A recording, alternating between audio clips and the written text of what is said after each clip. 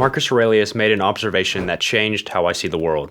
He writes, "I've often wondered how it is that every man loves himself more than all the rest of men, but yet sets less value on his own opinion of himself than on the opinion of others." In this episode, I'll share why he says that's a mistake, and how seeing others' judgments clearly has helped free me from fearing them and made me more confident in my own. Let's get into it. Marcus makes a simple but radical point.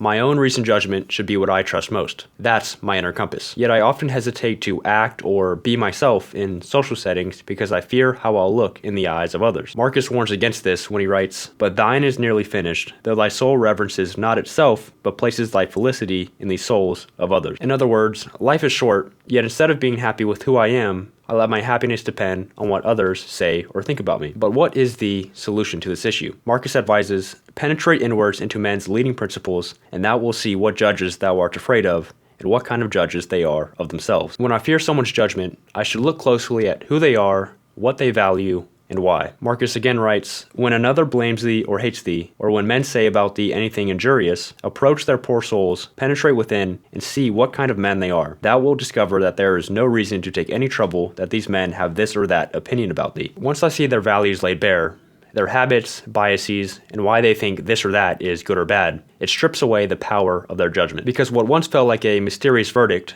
turns out to be just another perspective shaped by a flawed human being like myself. And if I act according to my reasoned principles of what I think is good, and if another person judges me poorly for it, Marcus points out that when a man has done thee any wrong, immediately consider with what opinion about good or evil he has done wrong. For when thou hast seen this, thou wilt pity him, and wilt neither wonder nor be angry. For example, if I go to a party and I don't want to drink, some people may judge me as boring. But their judgment comes from thinking that drinking equals fun, and since fun equals good, they believe that drinking equals good. So if I don't drink, they judge that as bad or boring. But I think differently. For me, drinking equals not fun because it makes me feel bad and leads to bad choices. Since not fun equals bad, for me, drinking equals bad. So the judgment comes from two different value systems. Theirs makes drinking look good, mine makes drinking look bad. And so if I'm insulted for not drinking, understanding that the person who is insulting me simply has a different value system removes the sting of the insult, because the insult isn't really about me,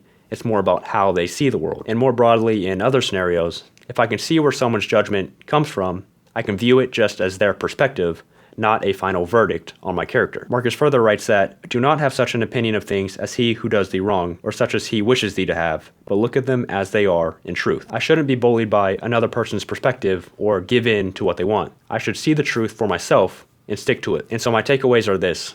My own reasoned judgment is what I should trust most and be confident in. Understanding others' values takes away the mystery of their judgment and helps me to see that their opinions are just perspectives, not verdicts. And ultimately, I should consider the truth in any given situation and pursue it and do what I think ought to be done. Thanks so much for watching. The goal of this channel is to share what I've learned from philosophy that is helpful for living a better life. And through sharing, my hope is that you too can pick up tidbits of knowledge that can help you live a happier life today. If that's something you're interested in, then subscribe to follow along, and I hope to see you in the next episode.